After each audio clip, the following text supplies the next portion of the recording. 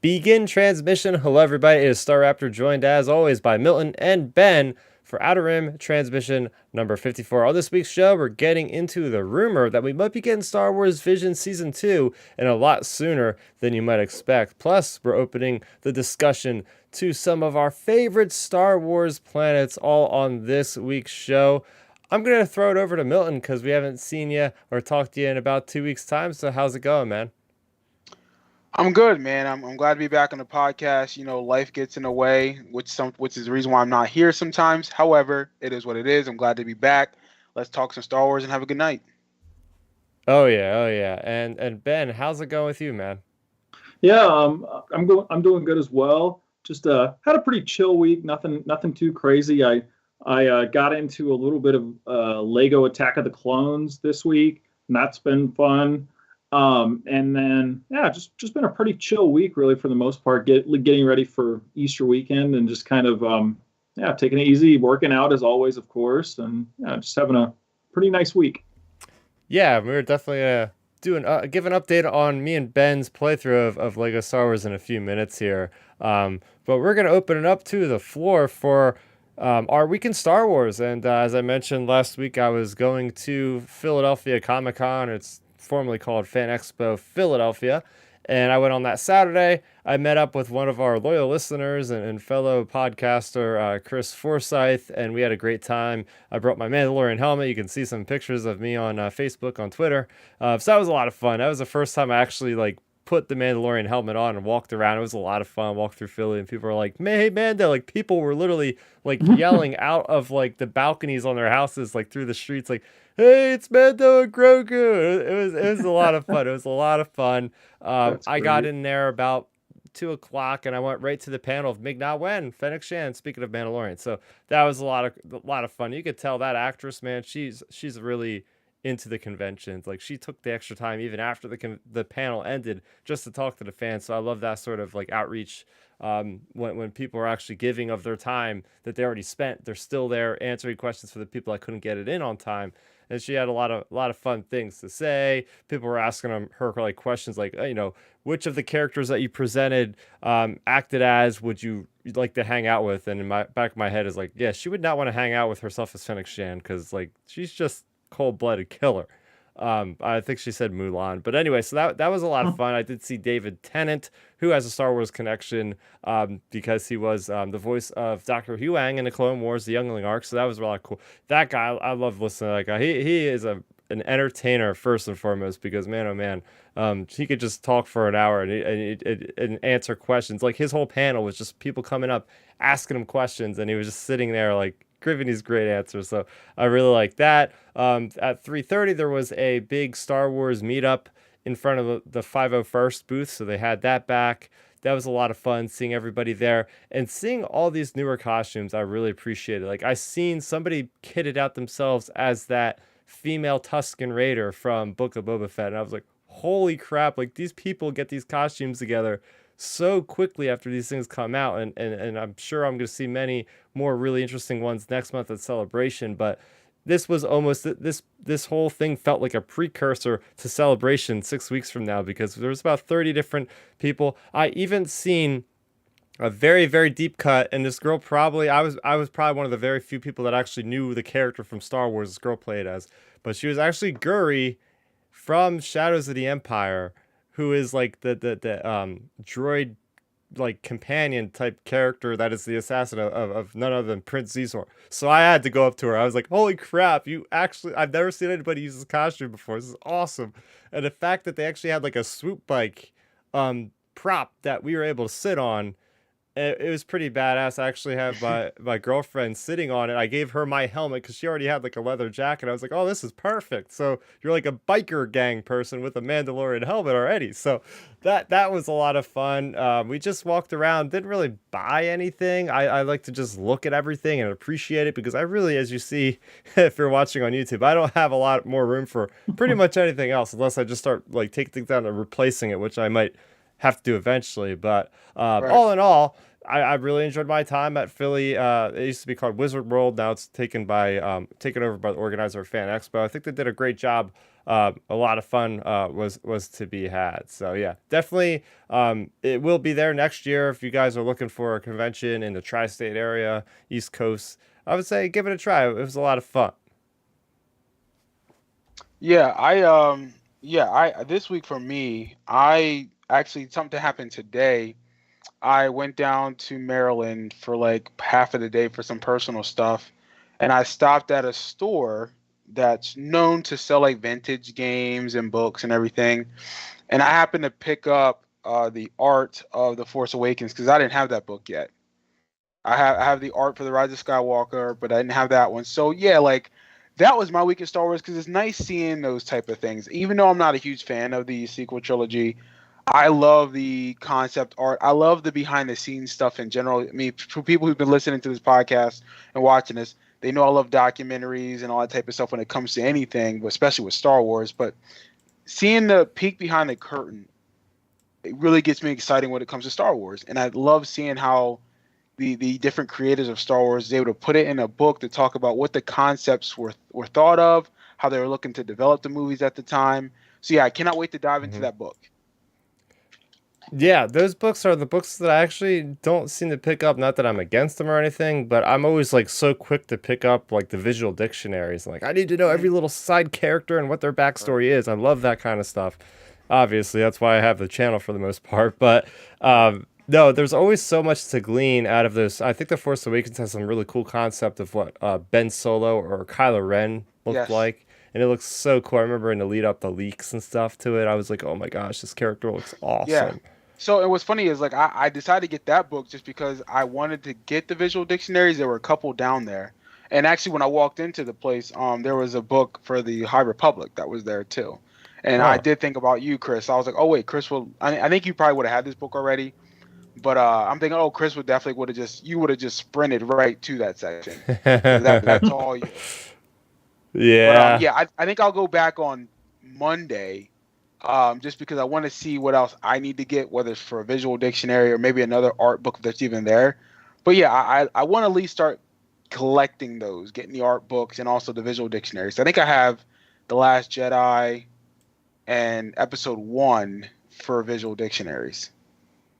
Yeah, and even going back to the prequels when they first were released, like I even have some of those old books. I mean, those are the Yeah. coffee table books where it's like big, big books.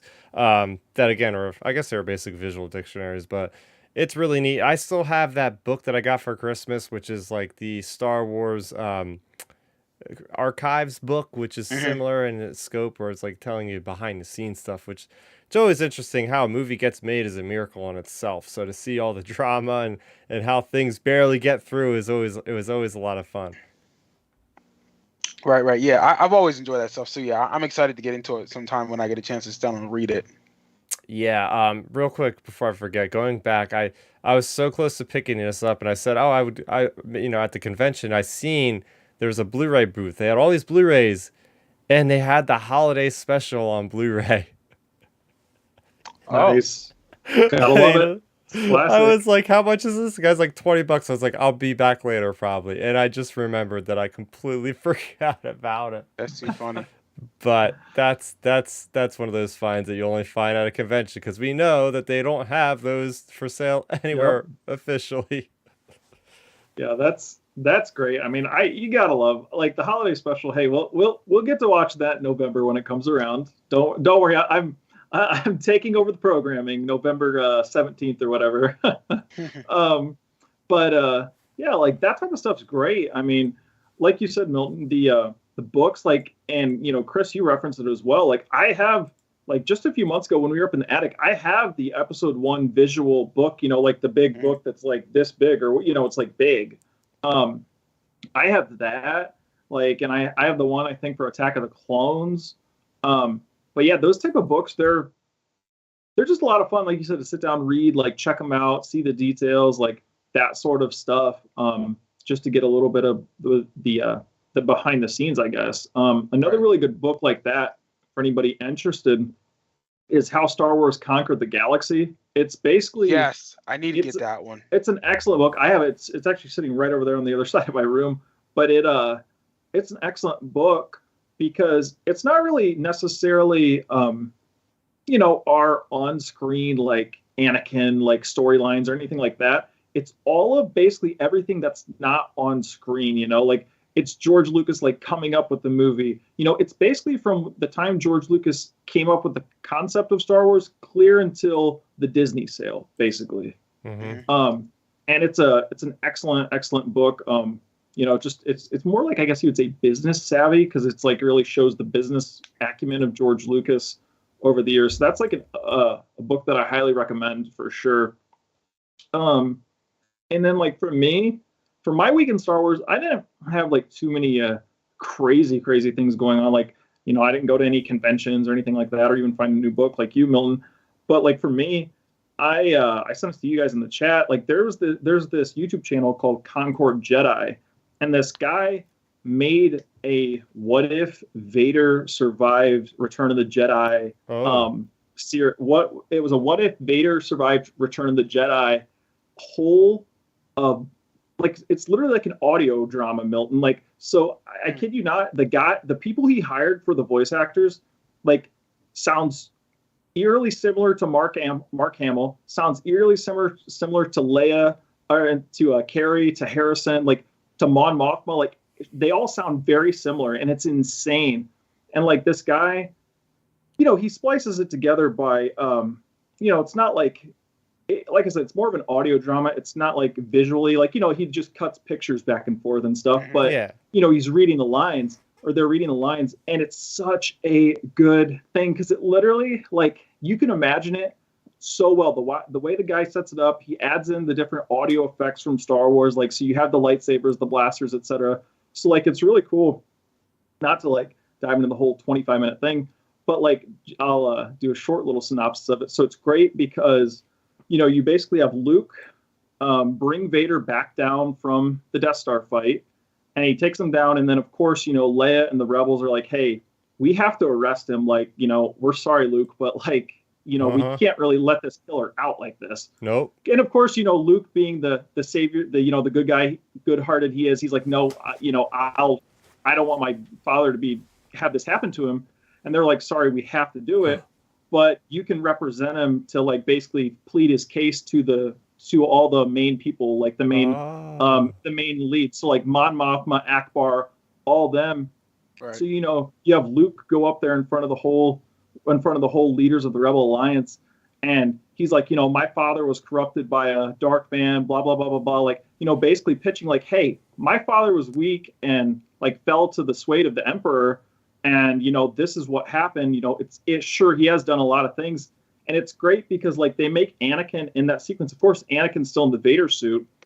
And, like, they make him in that sequence still be, like, Anakin, like, where he still is, like, Anakin's back, basically. Because he, when Luke gives his whole spiel, like, Mon Mothma's like, so, Lord Vader, like, can you, like, contest this? And he's like, no, I did all this. It's sure, the dark side was there, but I did all this. Like, he's basically like saying, hey, yeah, I did it. So, he basically admits to his guilt, and, they make Vader go stay in a holding cell. And, he agrees, like Mon Mothma's like, we'll, as long as he like tells us the information of where all the Imperials are and stuff, like, we'll consider letting him survive. So they go. And, he goes through the whole process for like a few weeks or whatever. And then it cuts back to like, the next like court hearing basically. And they sentence Vader still to like death by firing squad, by like a rebel firing squad. Whoa. And the way like the guy cuts this up, it's like so emotional. Cause like I was getting tingles. I was like, oh man, this is like sad. Like, the way the guy edited this was amazing. And like, so it's great. So you have Vader, and then you have Han, Luke, and Leia, and Chewie, and then you have the rebels. Vader gets transported to this area where a firing squad's going to happen, and like Luke's standing there in the back of the room with like his hood up, just like staring, like he's like, I can't believe like I couldn't save him, and like even tells Anakin across the room, he's like, I'm sorry, I couldn't save you, father, and he's like, it's fine, son, like I'll pay for what I've done. And like soon as like they line up to do the firing squad, Luke jumps in the middle and pulls out his lightsaber, and he's like, "No, I can't let you guys hurt him. You know, he was corrupted." And it's great because at this point you're like, "Holy crap, what is going to go on?" And you literally, like out of nowhere, they're like, "Move, General Skywalker," and they all like pull their guns on him, and all of a sudden like a stun blast like shoots a bunch of the rebel troopers, and then he looks over and like Leia's there, and she's like, I know I shouldn't be doing this, but you need to run. And like basically Luke and Vader go and hop in a ship and like, go on the run and stuff. And it's a dang good audio drama. Like I said, the guy edited it perfectly. Like it had me all the emotional chills, like of all the lines you'd imagine Vader saying as Anakin, like they were there, and it was like, oh man, this guy like nailed it. But yeah, if anyone wants to check it out, it's called "What Did Vader Survive? Return of the Jedi" on Concord Jedi's YouTube channel, and it's phenomenal. Yeah, that sounds amazing. Now, interesting thing is, about a week ago, they released some new Black Series figures, and one of them is the white Darth Vader. Like he's the armor. Now, is that like what you said? Is that like an adaptation of that story, or is this like a completely new story? Because it's like, what is that, Star Wars Infinities or something like that? No, this was from a year ago. This video was from a year ago. Oh. What I'm saying though is like maybe I don't know what the actual story was from the comics. I'm not sure. I don't know if like that's an adaptation, because I know a lot of people like to do that. They'll adapt like the comics and put them on a YouTube channel with like audio.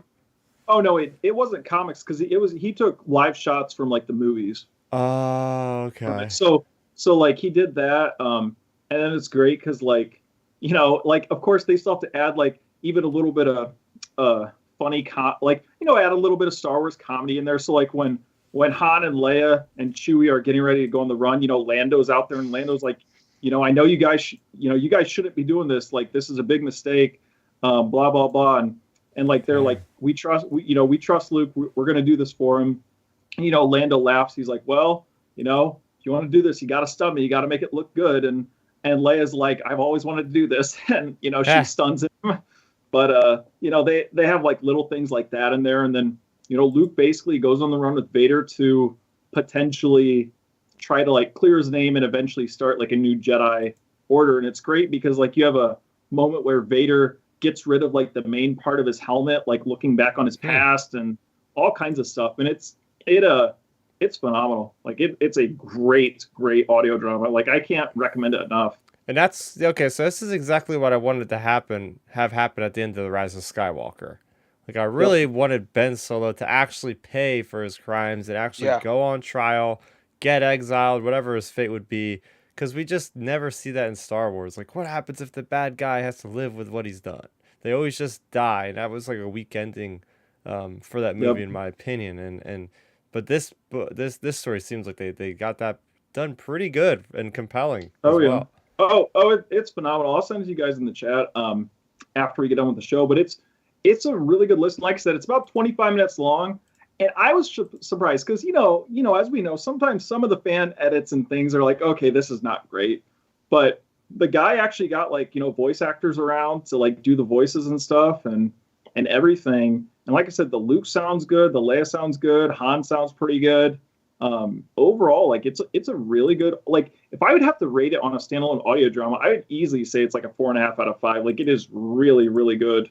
Yeah, it's excellent. Like, and it makes you, they set it up perfectly. Like, we talk about like cliffhangers and stuff, but they set it up perfectly where you want the next episode. And I saw the guy just posted a video on his channel the other day saying, hey, like, I know a lot of you have been like checking out this video because it must be just like popping off in the algorithm or something, because it's over like 100,000 views now.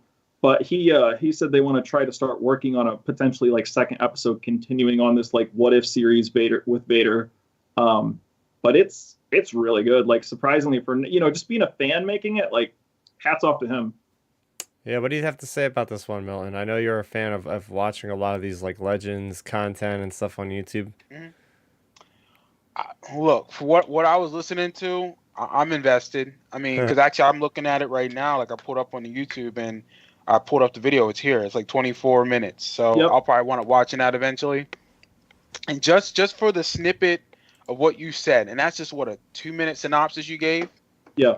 Sounds better than what we saw in the sequel trilogy. Just saying. like the moment in it, the moment that really gave me chills, like I said, so much was when Luke jumped in the middle of all the rebel troopers. It was like, oh man, like it literally just got me like hyped. I was like, man, this is like, that's what I thought, Milton. I was like, man, why couldn't we not started like, I mean, given, of course we didn't have the technology and stuff, but why couldn't we started like episode 7 that way? Like, or man, at least give us like, well, because I think of, and here's the thing, I think of the what the plot, that sounds like the plot of what the Force Unleashed 3 was going to be. Yep. Because the Force Unleashed was going to be Vader going on trial, but then him flipping it on them, and pretty much him setting it up as like a trap, and he gets away, and they go hunting for him again, and that's how they end that trilogy. But like that whole story itself, I mean, you honestly could have that could have been like a prologue to episode 7. That honestly, that's a perfect prologue. Yeah. Because that's going to then set up what 7 is, in a sense of like, okay, Luke is obviously still an optimistic hero, but he obviously was burnt by what happened to him, and they could have tied it into whatever story they wanted to tell. But it sounds like a perfect prologue or a perfect like miniseries for like 2 episodes or something to tell before the actual trilogy films. I mean, I don't know, but it was dope. Yeah, I mean, heck, you even get like, Yoda and Obi-Wan popping in, talking to Vader, like, counseling him, basically saying like, yeah, like you may be redeemed, but you're still not like paying for all your crimes you've done here, man. Right. Yeah, and let's be real. And realistically, if we're looking at the rationale of the actual story, does it make sense to have Vader survive? No, it doesn't. No. However, that's why it's a what if. But then it's a this is why I do like fans and fandom and fan stories, like, and fan theories. We've seen like the Star Wars theories out there doing his old Vader series or whatnot. You saw those guys that they remastered the episode 4 Vader versus Obi-Wan scene. Yep. Like, I love these fans. Oh, we saw the Darth Maul one like a couple years ago. Remember that, Chris? Oh, yeah. Like, I love that fans, they really care about this particular IP so much that they want to be creative, make their own stories. And it's amazing that you take a guy who put together just pictures and audio to tell a 25-minute story that people are like, wow, I want more of this. Like I said, like I said, literally when you listen to it, it literally will give you chills when it gets to some of those parts, because it's like, man, this is so good. Like, and that's what's great, and that's why, like, I think part of my only negative comment would be, I wish Star Wars would put that type of attention into the actual items that they have. Now we get that with like the mini series that they do, and hopefully Obi-Wan's like that. But I'm saying is, like, you got these nobodies out here impressing millions of people on YouTube who can't make any money off of it. Facts, because Star Wars Theory couldn't make money off of his. And then you got Lucasfilm, who's a multi-billion-dollar industry or company that, they're making bank, but people aren't receptive to those movies like universally. Yeah, I'm saying, like, come on, man, you got nobodies out here creating somewhat better content than your movies. That's a problem. And I've always said it. We've all said it here. Sometimes fans shouldn't be in charge of a property. You know what I'm saying? But come on, man. Like, Lord have mercy. You got these people out here busting their asses, making no money doing this. And it's like, wow, that's so great. And that's what I love about fandom of Star Wars too, is that they have that imagination to push it. And that keeps us invested, and it keeps the property going long after the films. Oh, yeah. I can't wait to hear your reaction on this audio drama, Milton, because I really think you're going to like it. Yeah, I'll listen to it. Trust me, I'll listen. It's good. So there you go. Ben will post the link to this in the chat there below. Yep. And we're going to welcome everybody to the chat. We got Aaron. We got Chris. As I mentioned, he was my pal around at Fan Expo Philly. Thanks, everybody, for being in chat. If you are in a chat currently, go ahead and give us a thumbs up to let us know how we're doing. Right. And you can always leave us feedback. We are also available to download on any podcast streaming network, from Spotify to Apple Music to Google Play. We're all on there. And we go live every Friday around 9 o'clock Eastern. So getting into it, we had a couple comics come out this week. We had Star Wars issue number 22 and Darth Vader issue number 22. And, well, you can hear my thoughts and watch my thoughts on the channel right now for those reviews. But I will say, And I kind of wanted to wait to have at least mention this. I know there's been a lot going on Twitter recently in the comic book Star Wars fan groups there, the community. It seems like this era of the comics, the storytelling is running a little bit too long in the tooth. It seems like a lot of these stories are being Mhm. hampered because they're all tied into one event, but it's going on too long. It's going on too long. You can tell that the writers that are responsible for their comics are having to like kind of write themselves in circles because they have to wait for another issue to go certain into the future for them to catch up. So I'm going to break this down. So we have the Crimson Reign. It spun out of War of the Bounty Hunters. And, I was talking about War of the Bounty Hunters. It was like 20 weeks worth of content that was coming out. And when that ended, the next era was the Crimson Reign, which was still in that Empire Return of the Jedi era. And now we have Star Wars comics, Bounty Hunters, Darth Vader, Dr. Aphra. They all have to kind of fit into this mini series of Crimson Reign. And in doing so, again, I feel like it's kind of hampering the creativity of the writers on Bounty Hunters, Star Wars, and all the other ones, Dr. Aphra, Darth Vader, because they have to stay in this their lane. They can't go out too far because they have to deal with connective tissue, and Mhm. that's good for a while.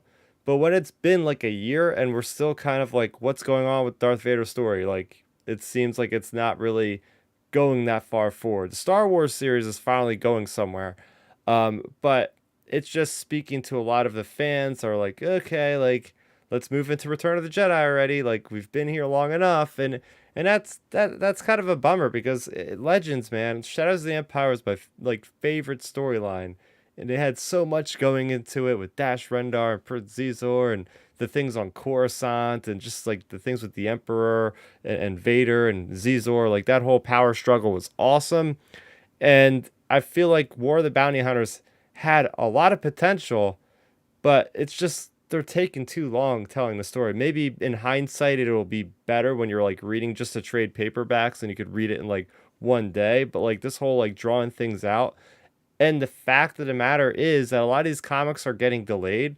So we're getting certain issues that aren't even out until like 2 months later from the Mhm. previous one. So that's where it really feels bad. It's like, okay, like where's the story? Oh, Well, we have to wait until the next month because they got like delayed all of a sudden. And well, I don't know that's anything that they control because there's like a paper shortage supposedly or something like that that they always say. But it's kind of getting to the point where I'm getting a little bit kind of impatient at this point. We'll say that. oh yeah, well, like the issue with something like that is, for comics, for books, for even TV shows, if you leave too long of a gap in between, then that makes people think, okay, let me think what happened in the last issue. So let me like, Hmm. versus just rolling into the next one. So like, that'd be a pain because I wouldn't have to, like, don't get me wrong, I love Star Wars and whatever, etc.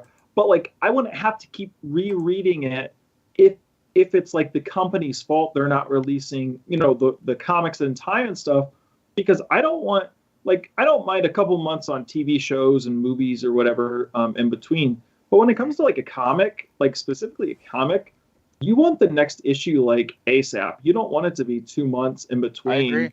between.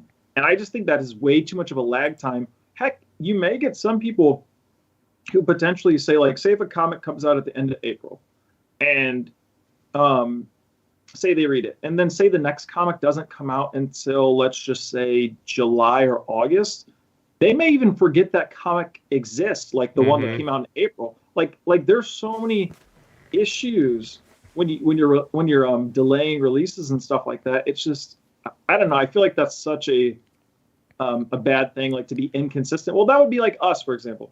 Like, what if we would go like 4 weeks on the podcast, 2 weeks off, 1 week on, 3 weeks off? Like, if we have an inconsistent schedule every week, like this show wouldn't work. Yeah. Yeah, yeah. But I yeah, think and like I what. said, Yeah, go and ahead, normally what Vaughn. would happen is, I'm about to say, what normally would happen is, if that would happen, Ben, like we would make an announcement, say, hey, Yeah. next 2 weeks we got blah blah blah. We'll be Yep. back on this date, and we'll be back on that date. Yep. Like you're right, because I think a lot of the comic book issues that I've had, because the only one I've actually read that's non-Star Wars actually is the Batman '89 comic, Oh because yeah. Yep. that's kind of like, yeah, I don't know if you guys have read that one, but I read that and the Long Halloween. yeah. So like the Batman '89 comic came out sometime last year, Yeah. and there's only 6 or 7 episodes, or 6 or 7 comics coming out. They only released like 4 thus far, and it's been like 3 months since the last one. And it's like, what Yeah. the hell? And then like usually I have to remember. I'm thinking, oh wait, this one's coming out soon. I need to look it up. But they don't announce anything, which is a problem. Hmm. I agree with your premise, Ben. I think they need to be more consistent with it. If they're going to delay it, make the announcement early and say, hey, this is our target date. You got to keep people invested. Yeah, That's why you at see least communicate. Communicate's the elite big thing. facts. Absolutely. You'll see shows on like CW, whatever network, though we're taking their hiatus. We'll be back in 4 weeks. And they'll say on this date, we're back. And then Yeah, they'll hype it up when they get 2 weeks there. You know what I'm saying? Like, that's one of the biggest flag marks of like the CW. I always love it every year when it comes to the CW. The way they build up their shows, like God, we always reference Arrow, but Arrow did it so well, so that's why it's so easy to yeah. reference. But like Arrow, when they would build up to their holiday special around Christmas time and be like, okay, guys, we have the next 3 weeks off. See you in the middle of January.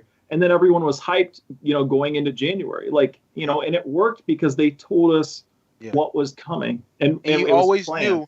you always knew that December episode was their mid-season finale. Yep. So I was like, okay, boom. Once we get this, we'll let you down for a couple of weeks in a sense of reset, and then we'll have that mid-season, Yep. episodes restart, which is perfect. But again, they communicated. Yeah. Yeah. I think the whole comic book industry is a lot of people are seeing this already as they're kind of shifting, it looks like, to survive. They're shifting more to a digital front. Like I won't be surprised if like 5 years from now I'm not going to my local store anymore. It's just the way things are going. It's just people consume things on apps, on tablets, rather than getting the comics, Yeah. through paper. Well, look at our movies. And Like we logistics buy all with paper. digital. Yeah, and another thing is, right, when comics are comics, right? They're supposed to come out monthly for the most part from the beginning of time, I believe. So when the writers are writing, they have to write a certain way to like have a cliffhanger in each issue. But what if they were to just start releasing these in like a trade paperback form only? Like, can you imagine how the writing would differ than Yeah. having to basically pace out a 5 issue book to have these checkpoints at every issue, rather than writing with one purpose to have like one cohesive like ending. I'm not saying that they're not cohesive, but like writing to have a book read in one sitting rather than writing to have a book read in 5 sittings. Like that could be huge. And I'd be interested to see like Star Wars delve into that more. Like I know they're gonna have Dark Horse as their new publisher later this year. I would like to see Dark Horse experiment and say, hey, let's put out this Clone Wars story that we never got on the screen. We're gonna just put it out in a single book, and you could pick it up at Barnes and Noble or Amazon or whatever. I think that could be really cool and a good way to kind of like bring comics back. Because when people hear like, oh, I have to read like a 32 issue run of something, I don't think they're as apt to try to start, rather than Right. have something self-contained like 5 issues or something in one book. Yeah. Yeah, Yeah, I trust me. agree. Like if you're asking me, like if I'm gonna read something, like this is why I'm not a big comic reader personally. I want to read it in one go. I want to read the story in one go and move on to the next story. Like move on, let's find the next one. Like I don't want it to get drug out and drug out and drug out. That's like, we've all read the books that are just way too long and you're like, man, is this book ever going to end? Like to me that like, for example, I'm not the biggest Harry Potter fan. I can 100% say that. And like I read through those books and man, that was a chore reading those books. And that's just kind of like this thing. Like, why drag out the comics? Like, I feel like you said, some of these things could be turned into paperbacks, or even if, for example, like your say 32 issues, why not just split it up into 4 separate 8-issue books, or something? Yeah, I think the one way to get out of this right now is to just say, hey, we're stopping Star Wars at, let's just say, issue 30. We're stopping Bounty Hunter. We're stopping all the comics at issue 30. We're going to have one trade paperback that just finishes off the timeline up until Return of the Jedi. Just wrap it up. I'll be very... Here's what I think is going to happen. The 40th anniversary of Return of the Jedi is next year.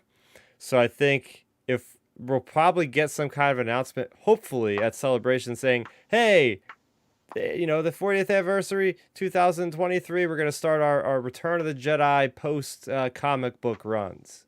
And I really hope that they don't announce like 4 series that are running concurrent again. I hope that they hear the feedback and let's spread things out. I know right now we have the Halcyon Legacy, which is like a comic series based on the Halcyon Hotel, but it's got like all these different like mini stories inside that like go throughout the galaxy, like Clone Wars, High Republic. We also have a Han Solo and Chewbacca mini series that's out. We're gonna get a Mandalorian the adaptations. So, like, those things are good because they're like all separated throughout the saga. Like, why would you want to have like 4 or 5 comics in the same exact time period when there's so much other places to explore, so much other places of the galaxy? And I think I spoke enough about this topic, but that would be my 2 cents. If they don't announce like that they're wrapping this up like next, like at the celebration next month, I'll be worried and I'll be like, okay, what are they doing here? So, I mean, I still didn't get my Dash Rendar. I still didn't get my Prince Zizor in the flesh, even though his name got mentioned, and I still didn't see the Outrider. So until those things happen in this era, I won't be happy. And I know it's a lot to ask knows? for. Let's just get him in Mando. Yeah, there you go. There you go. So that's what's happening in comics. Again, you can check out my video review there.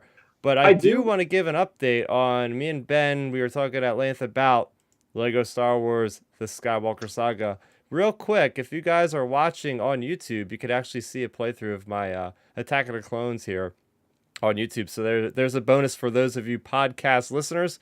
You can check out this week's video for some added footage. So go check that out. But Ben, I'll leave it to you first. I know you said earlier you're in Attack of the Clones, so this is actually perfect footage as I'm rolling it now. Yep. To talk over this. Yeah.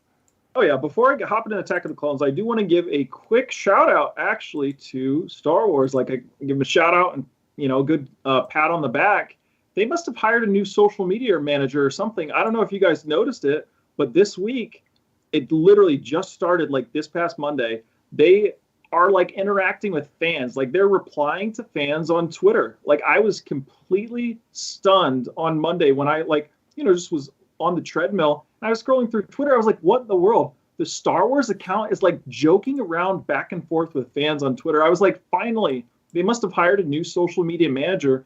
And it's great. To me, that's like a really great look because it's like finally, like Star Wars isn't looking like this, like just cold machine on Twitter, They're actually showing some personality. So like, I want to give a big shout out to whoever's the new social media manager over there. Yeah, I see that they just put up an image about Dexter Jettster and celebrating the 20 years of Attack of the Clones, and especially him. So that's a lot of fun. That's my favorite character there. Oh yeah, I loved it. Like it's like finally we're getting some good communication. But speaking of Attack of the Clones, I'm liking it so far. I got to the droid factory and I noticed the glitchy or whatever you would call it, like the laggy, right? Yeah, laggy, I guess would be the right word. Yeah, laggy. It definitely felt kind of laggy, but like I'm really enjoying it as a whole. For me, I'm taking the game like slowly, I guess you would say. I'm basically playing. My plan is I'm going to play 1 episode per week leading up to Kenobi. So like this week is Attack of the Clones, next week is Revenge of the Sith, and so on and so on and so on. But yeah, it's a lot of fun. Like I'm really enjoying it. I feel like Attack of the Clones, like some of the levels feel like they're like it still has that little bit of like quick pace feel to it, like Phantom Menace did. But I am really liking it, like the overall I guess you would say openness, like we talked about before. Like I'm really enjoying that aspect of it. And I think the overall control of the characters have been really well. Like I think my favorite part of the game so far in terms of like new things added, I really, really am enjoying the new lightsaber mechanics. Like it's not just like spam X or whatever, like there's different things you can do with it. Like I'm really, really liking that aspect to the game because it's making it feel more like you're more in control versus just spamming buttons. Like I'm really enjoying that. And, just the overall look of the game has been, just beautiful. I think they've done a really good job on the graphics and designs, and I'm looking forward to like finishing up episode 2. I'm probably gonna do that this weekend. But yeah, that's been kind of my like initial impressions so far. And I noticed also when you switch over and play as R2D2, he's definitely like OP versus opponents on there. Like he definitely like I don't know what it is. It's funny like when you have him like attacking droids or whatever. Like he definitely is like a really powerful character, surprisingly. Yeah, I haven't played a lot with him, although he is featured heavily in the Jabba the Hutt sail barge boss battle. So that's a lot of fun. Actually, I think I have footage of that in my review. So yes, as I Yeah. said last week, I was like, I'm gonna try to get my review out. I did put it out as of yesterday. So go ahead, check that review out. I gave a glowing review. I gave it a 9 out of 10. This is up there with one of the best Star Wars games ever made. I know it sounds crazy, Yep. like what, a Lego game? But when you're talking about including so much content for one price, no DLC, just so much content, and like you don't understand how much content in this game until you actually beat the game, and then you realize, oh my god, like every one of the hub worlds takes like an hour to explore. Like there's probably 100 hours of game in this. I'm not even kidding. Like I'm Yep. probably close to 40 hours. No, maybe closer to 30. But what I will say is, and you guys are gonna be going, what? One of the best levels in the game is the Rise of Skywalker.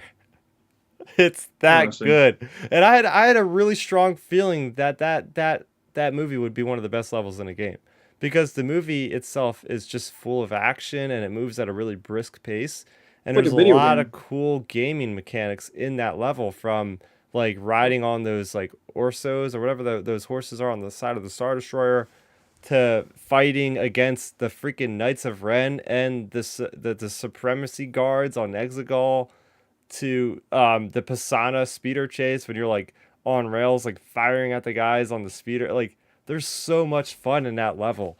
So I was at least happy to see at least the Rise of Skywalker is gonna get probably some props from the fans, because at least the game makes it pretty good. So but and as I just mentioned, like once you beat the game, that's not it. Like once you beat all the levels, like that's where the game opens up. And I'm having a ball. Like I spent over an hour just on Mustafar alone. And the reason why you're going to these planets again is you want to unlock the Kyber crystals or the Kyber bricks, which unlock different abilities. But then you also use your studs, which you get from like basically destroying anything. The studs you get are used to buy ships, are used to buy characters, are used to buy extras. So I currently in the game have, almost not even kidding, 2 billion studs in the game.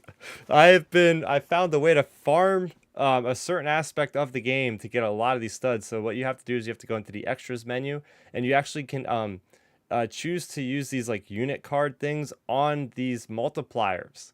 And there's like Hmm. multiplier times 2, 4, 6, 8, 10, Interesting. and they all add up in a stack. So right now I have a multiplier of like 3,000 something on my bricks.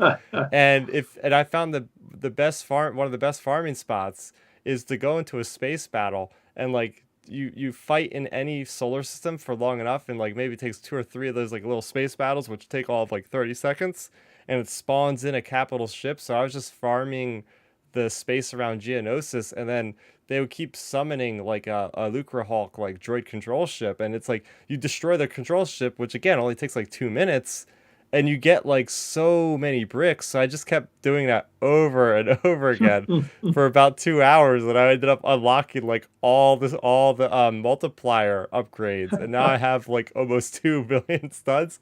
And to put That's that in great. perspective for anybody that's not playing the game, like the most expensive thing I bought was 3 million credits, and that's for a capital ship to buy. Then everything else, like a character, ranges from like 30,000 to 500,000. So I basically can buy everything in the game right now. So it's just like now I'm just basically trying to go through the game 100%ing it. But a lot of the fun activities are actually in the free play mode.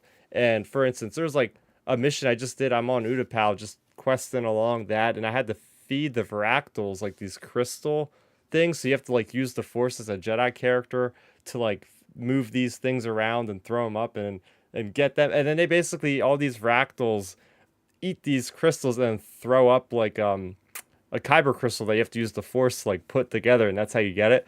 And another example of one was like when I was walking on Mustafar, I found like this little entrance in a doorway, and it led me to like a speakeasy for droids, where like droids were like dancing on tables to like a remixed version of Duel of the Fates.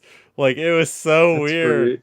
and I just basically killed all the droids, and then it gave me a kyber brick. So like there's so much fun to be had, and a lot of just very simple kyber bricks, but then some of them actually cause me to like sit there and think like, oh, how am I gonna get this thing? Oh, there's a switch that I can't see that I have to like use a certain character, like use a grapple hook to get, and then I can go over here and get this thing.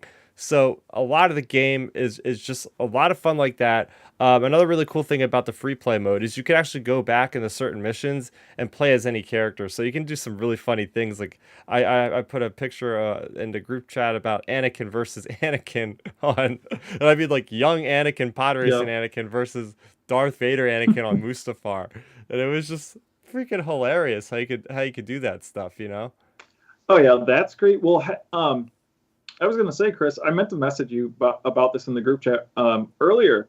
So my cousin actually discovered on the A New Hope mission on Tantive 4, if you go into one of the side rooms, like they're covered, like the doorway's covered by like an electric thing, so you have to like Oh yeah. disable it and go in. But when you go in, he discovered, so if you go in, most of the time when we're playing these Lego games, we're just destroying everything, collecting all the studs. Um, if you don't destroy one of the boxes that are sitting on the ground, if you just like punch it with your character, it'll knock the top off of the box. And if you look down into the box, it actually is full of hard copies of the original Star Wars Lego games actually in there. What? Like they're actual, yeah, he sent me the Snapchat, he sent me a video. They're literally the hard copy covers of Lego, the original Star Wars game, like the original one from like 2008 or whatever. And it is. And so he said he saw it, like someone posted it on YouTube. So he went back in there and he said, "Oh yeah, I destroyed that box, but it's like it's right in the Tantive 4 when you're like walking around. Like if you look over, like there's like an electric fence thing. If you disable it, go in and knock off the cover. It has the actual old Star Wars Lego games inside of the box." Oh man, that's so cool, and that's another thing, right? Is the people at TT Games, they put a lot of love into this game because you could just see it everywhere. From a lot of there's so many Easter eggs that I don't know if anybody will ever Well, find them all. and apparently that's an Easter egg though. It must be, so keep an eye out for those boxes when you're playing through the free play modes and stuff as you're grinding it out, because he found another one of those boxes in Phantom Menace as well, and it was the same thing. It had the Lego games in it, like in Phantom Menace Oh, as well. Yeah, so okay, they must. I think they have to be throughout the game. I'm okay, guessing. yeah, yeah. But even there's some aspects of the game like people love this part when you just like idle your characters, like you just don't have them do anything. A lot of times they'll actually talk to one another, or they'll do something like really fun. Like at one point, like Coyote Mundi, which is like pulling out these like little like miniature figures and just like moving them around in his hands as you're standing there. If you get certain characters together, like you get young Annie and you get Darth Vader, like they'll have a conversation about like Annie's like, oh, I like your armor. Like, how can I get it? And Vader's like, oh, be patient, you know, or something like that. Like there's a lot of really cool things that they added to the game that like they didn't have to do, but that just to show you like those are what the delays do. When you get delays like that like all the time, they're adding hopefully stuff like that really makes the game feel like it's a lot more alive, a lot fuller. Another thing I have to mention, as I mentioned Shadows of the Empire earlier, I actually did get the Outrider, or it's not specifically the Outrider, it's the YT 2400, the same model, but I was just over the moon. I put something on Twitter about it because Yep. this is the first time I was actually able to control the ship since freaking 1997's Shadow of the Empire. And I'm not switching that ship. Like, that's the only ship I've used. I don't care. That's the only ship I need. Like, especially when I'm Yep. going against a droid control ship, I feel like I'm going against the Skyhook in the space around Coruscant. I feel like I'm Dash Rendar. It's like, damn it, somebody put him in a game. It's like the closest thing I have is Yep. a young Han Solo. So. Okay. Got to use Han to pilot it. Yeah, basically. But yeah, there you go. So that's my little aside, my little update on Lego Star Wars Skywalker Saga. Let us know in the comment section below. Are you guys playing this game? I know a lot of Star Wars fans. That's the big thing everybody's talking about this week and last week. So a lot of fun there. But speaking of Lego, as I'm doing free play mode, very slow news week. I said, what can we talk about? I said, Oh, let's talk about the planets of Star Wars because we haven't had like a good discussion on like some of our favorite planets and what goes on. Because I'm cruising through the galaxy in the game, I'm like, there are so many planets. As you guys see the thumbnail, just in the Lego game, it's just a ton of them. So I we'll just kind of go around the virtual room here and however you want to go about choosing them. I think I'm going to just go ahead and just pick maybe one planet from each of the trilogies and kind of talk about it. Mm. So I mean, I'll start off. I'll be like, okay, so uh, going from the prequels, I really would like the planet of Kashyyyk. Kashyyyk for me goes back way back to Knights of the Old Republic, where we were playing through that. The Shadowlands, you're going down there, you meet Jolie Bindu, and you got this Zalbar and everybody, and the Wookiees are uprising against some of the Sith oppressors, and everything about that was really cool. It's basically like Endor, but bigger trees essentially because they get the Roshir trees, which Mm. are basically like steel. Like they build their ships out of Roshir, and just everything with episode 3, right? Seeing that whole battle is just one of those scenes that is so quick, but I just always tend to like watch that scene over and over again. The aesthetic of it, just the beachfront, it's kind of like D-Day, sort of like Wookiees and scout troopers and different things like that. And then it comes back into one of my favorite games of all time, which is Jedi Fallen Order, where you actually spend a decent amount of time, like right after Revenge of the Sith, or a couple years after, and you have like the resistance of the Wookiees led by Tar not Captain Tarful. Tarful. Yeah, I was thinking of Tarpals, not the Gungan. Tarful, the Wookiee. It's Gungan. See, this is what's happening when you're playing Lego Star Wars. All these names blend together. So yeah, I really like Kashyyyk. I know, but there's so many other planets. Like I would have to mention Felucia if I'm talking about planets, because that is one of those planets that I want to see more Star Wars planets like, because it's so out there. It's like not an earthy planet. Like they have to literally CG that planet when they make it, because it's the fungi and everything else. It's hard to make that. Although I think there was a miniature of it that they must have filmed. But yeah, I mean, Yeah. so I'll throw it over to you guys. Would you guys agree on either of those planets I mentioned, with Kashyyyk or Felucia? I would say between those two, I'd probably be more interested in Felucia, just because we only got a glimpse of it.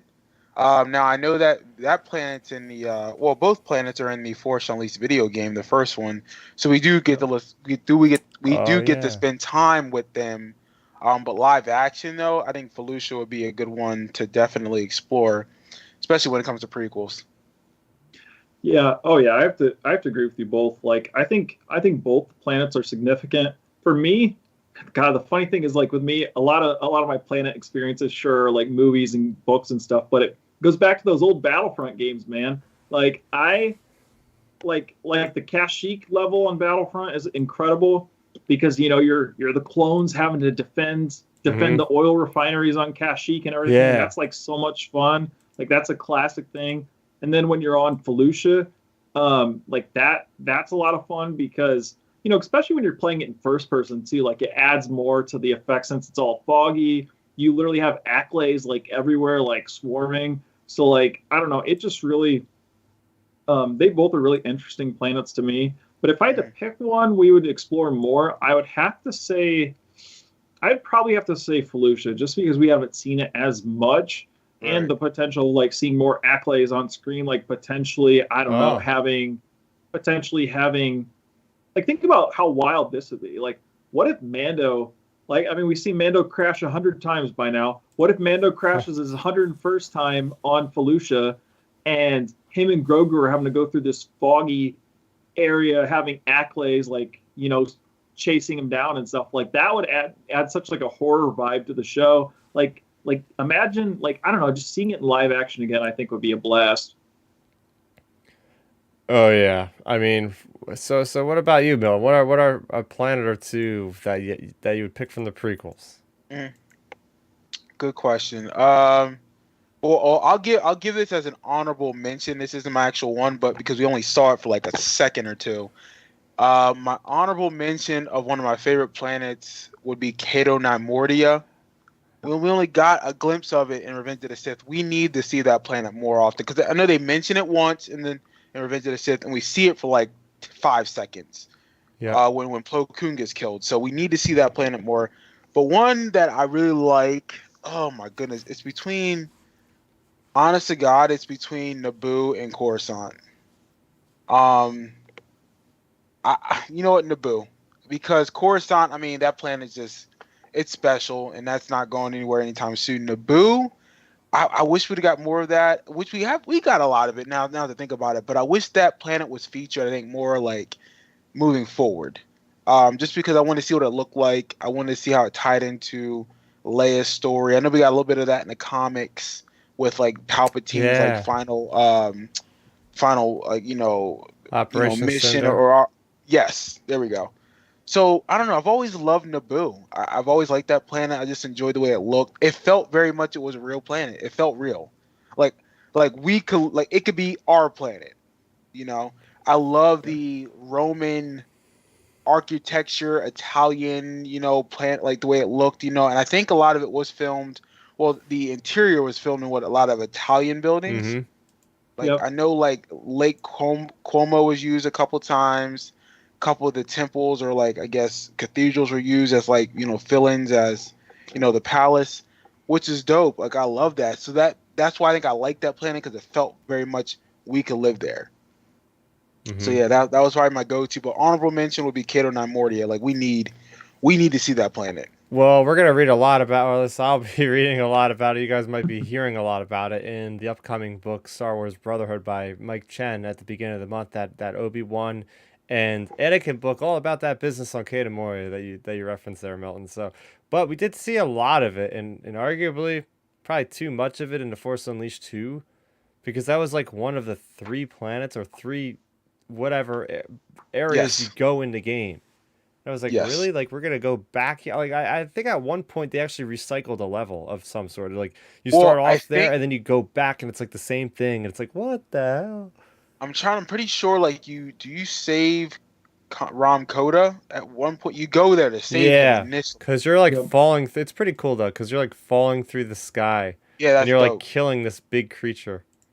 Yeah. Now I didn't realize. Again, I haven't played that one in a while. I need to play it, but like, do you go back to that planet a second time? I think it's if it's not there, you go back to some other environment for a second time. So I Okay. was like, why are I you know doing I this? know they do Felucia twice, but Oh, because that's in the first game because the first time Felucia isn't taken over by the dark side, But then oh, whenever you kill Shock T, her apprentice falls to the dark side and like it corrupts the planet. wow. Yeah.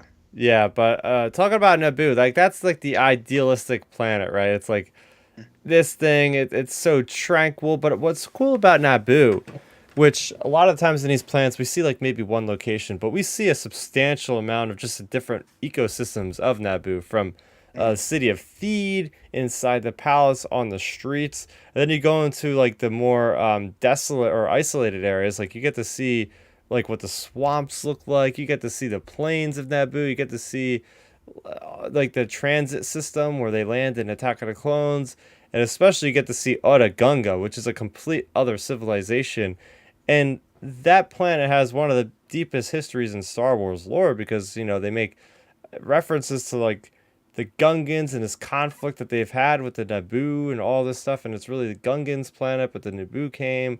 So that they say a lot about Naboo, and yeah, I mean, other than just like a planet that looks nice, it definitely has a lot of cool history about it, I think. Oh yeah, like we've talked about it several times on here. Like Naboo, I out of your choices, Milton, I would for sure say Naboo, I believe.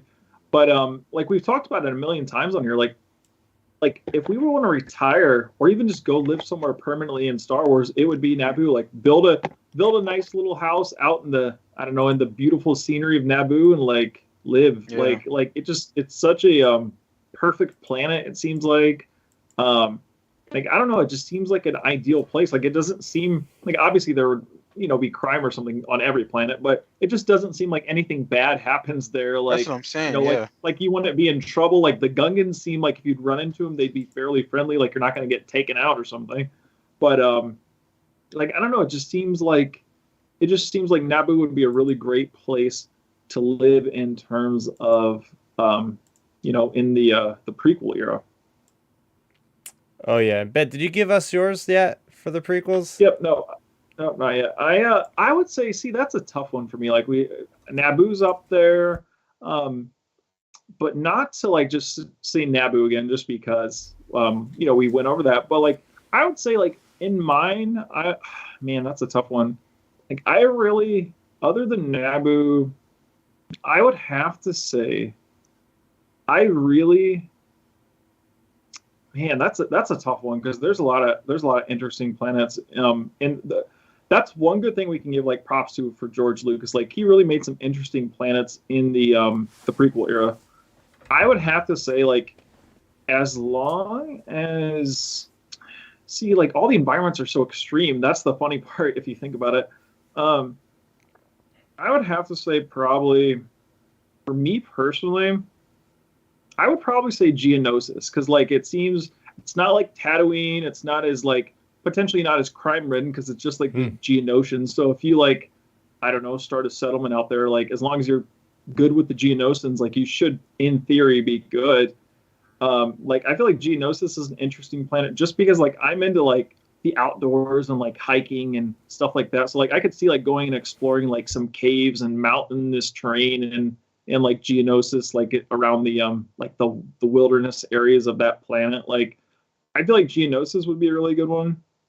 And then another really good one for me in terms of Star Wars prequel era would be like a callback to like the old Battlefront game. And then the funny thing is, it was in, I believe it was in the new Battlefront novel that came out a couple of years ago, like in 2018 or 16 or whatever.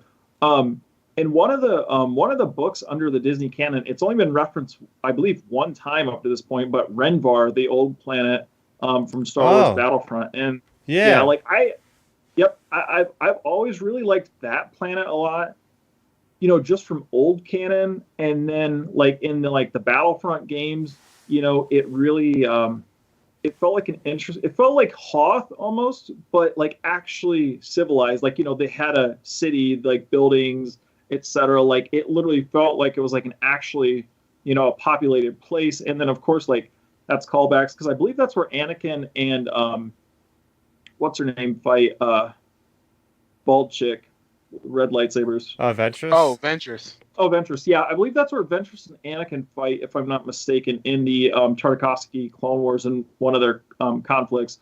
So, like, there's some history there. So, yeah, like, I really enjoyed. I think Renvar is another really cool, underrated planet for sure. In terms of Star Wars lore, just because it's almost like Ilum, I guess you would say. It's somewhat like Ilum. I Like, I remember. think it's really great. Yeah, we'll have a whole separate topic for like expanded universe slash like canon stuff outside of the movies. Yep. But I remember Renvar was from the old Clone Wars video game that I really like, the one with Yep. like the gunship on the cover. And you go there Yep. and there's like some ancient Jedi or ancient Sith that's like in this tomb and I remember specifically because it's another one of my favorite vehicles in Star Wars is like the Saber class tank, the clone tank, and you're like flying around Hmm. there like inside these ice caves and you discover Ula Qualdromo or something like that. One of those Yeah, you go into ancients. those caves in the Battlefront game. Hmm. Oh, Yeah, you do in the original Battlefront games, both games in Battlefront 1 and 2 and Renvar, they actually have those caves. Like you can go through those caves through the entire mountain system to get to like the other side of the map and everything. wow. Like it's Okay. really cool. Okay. Yeah, like it So, adds to that lore, that connectivity. yeah. Yeah. So I'll start off the original trilogy here. I'm torn between Tatooine and I think I'm gonna end up choosing Bespin because something about Bespin always was like one of the highlights for me out of Empire Strikes Back, especially with like the special editions, like how they show like the new intro of like the Falcon like weaving in and out of the buildings. I just Hmm. love like the sky color, like that pinkish reddish hue, and the design of the buildings and even the cloud cars themselves as like a two-person cockpit vehicle was something so cool. But just everything, I guess, and then it comes down to the story, right? Like that's a huge moment in Star Wars lore. It's just the whole confrontation between Vader and Luke. but just like the scope of Cloud City, and they've gone over this in the from a certain point of view Empire Strikes Back book, where they literally have like 10 different chapters on like different areas of like Bespin and Cloud City. And it's like you start off and it's like you have the high society like living in these like upper buildings, like the gas Tabana gas like barons and all these people having money. But then like as you see like Luke Skywalker fighting, like there's all these Vader, there's all these different locations they constantly shift to, more of like the industrial areas. Like you have the carbon freezing chamber, then you have this other chamber where he gets like sucked out of the window and there's like this bottomless pit. And like I just like how like from a top down perspective, like how a vertical like that whole city seems like, and just the idea of a city that is literally floating in the air is so neat to me. And I think it really comes just like down to the architecture, just the design of how the buildings look from the outside. I remember having this like Cloud City like little like toy I got from like Burger King or something, and it's probably still in the closet somewhere. But man, oh man, I used to love that toy. Just like looking at it, I just like the design. I like Bespin Cloud City is definitely one of my favorite locations in Star Wars, and I love playing it in the Skywalker saga. Quick aside here, one of the side quests I did was a deep cut because I talked to this Ugnaught, and he said, "Oh, there's these Beldons, which are these like big like think of them as like floating jellyfish that are humongous." And they're what like I think like they harvest for Tabana gas or something like that. Anyway, these things go like crazy and they start attacking like the people. So like your mission is to kill these things, and then when you kill them, you unlock an Ugnaught. So I thought that was pretty cool. Another thing I like about Bespin is the mystery of like, oh yeah, like C-3PO wanders in this random door and you see all these Ugnaughts like dismantling droids and you hear this voice. And I still to this day don't know if that's ever been confirmed of like actually who shot C-3PO. But is that a stormtrooper? Who was that? Do we know yet? I'm not sure. I always, for some reason, I don't know. When I was younger, my first initial like looking at the movie, I thought it was Boba Fett maybe hiding, but maybe it was just a stormtrooper patrolling. I don't know though. But anyway, yeah, that's my choice. Is Cloud City? I have to specify that because Chris is talking in the chat, and he said he had that same magnetic thing. Talking about the Cloud City toy. That's too funny. Yeah, the funny thing is you mentioned Bespin. I actually for like all the original trilogy planets, anyways, for back when we were kids. I'm sure you guys remember them. Like for Bespin, it was like literally it was like a Bespin round planet thing, like probably this big, I would say. And all it did, it flipped open, and inside of it was like a little tiny Luke figure. It was probably like the size of like your fingernail, a little tiny Luke figure. And all you did was like place him in the middle. And like in the background was like the Vader scene. And then in the foreground, it was like, some of the Bespin hallways. Like it was like, I don't know. I think the series was called Micro Figures or something. Oh yeah. But yeah, like I had Micro that little thing like that. Yeah, Micro Machines. Yep, that's what it was called. Okay. But that's my big memory of like Bespin, like those little things like that. But Bespin's a really good planet choice. For me though, I would pass on it personally. Definitely pass on it because I am like 100% scared of heights.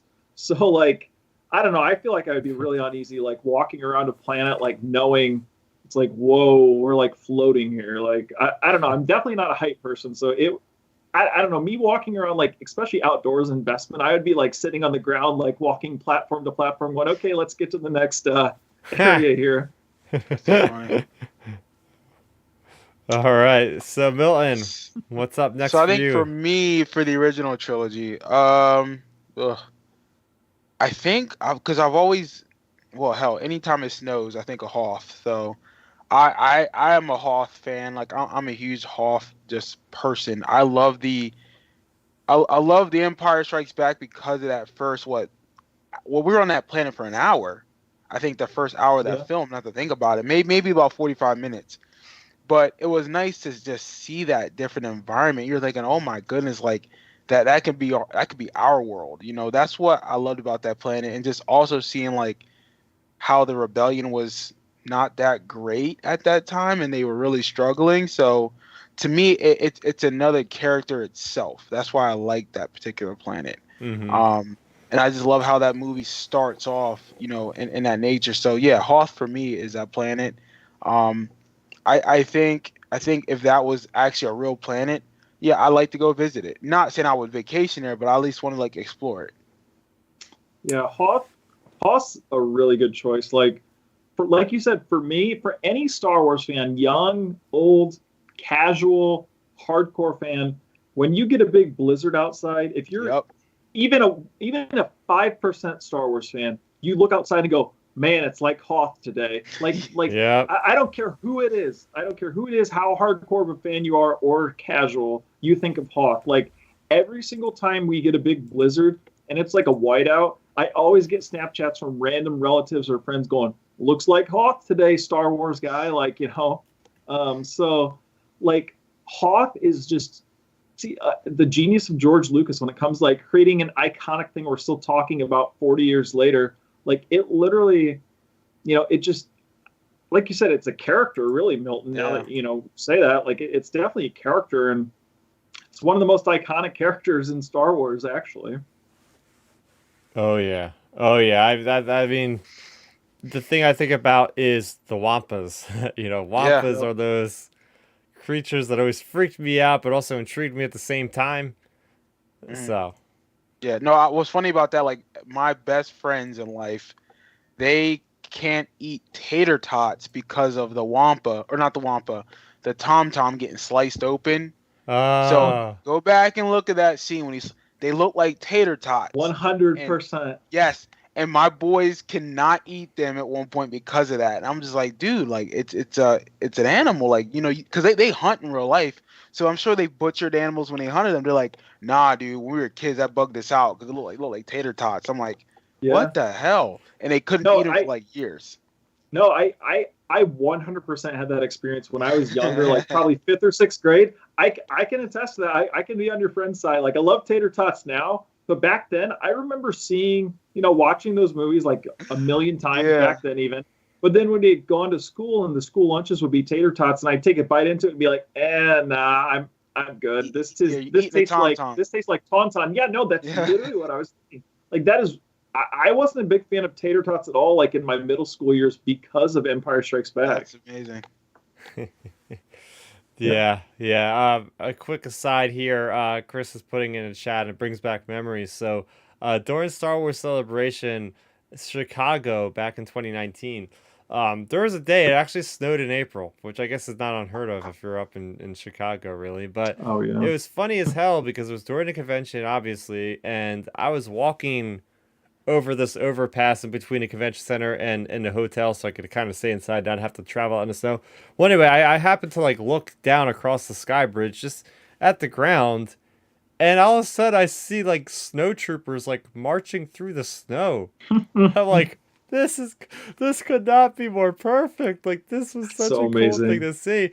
Because Chris is saying there's a Battle of Hoth Day. Now I don't know if he could provide us with more information. I didn't know if there's like a special thing going on that day or not that I didn't hear of, but like at least for me that experience was like pretty cool because it's literally like we're in Hoth. You literally have the 501st like specific costume snow troopers walking around.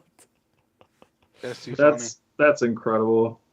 Oh man. All right. So next up, what do you got for us, Ben? I would say for the original trilogy, yeah, it's a tough one. Like we said, Hoth's really good. Like for me though, I would have to say, I want to say Endor just because like unless you have a good relationship with the Ewoks, I would definitely not live on Endor.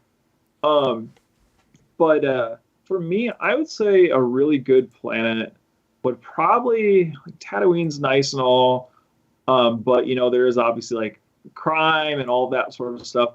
But I would really actually be a big fan of Yavin 4, just because it's like I said, to me, like I like being outside and that sort of stuff, and like that reminds me like the temple on Yavin 4, like that reminds me of like the Aztecs and like that sort of ilk, and like yeah, I think that would be like a fun planet to go and explore around and really really like explore there. Maybe not settle down there, but that would definitely be like a vacationing type planet if we had capabilities of traveling planet to planet. Like that for sure would be a planet I could stay at for like a month and be cool with it.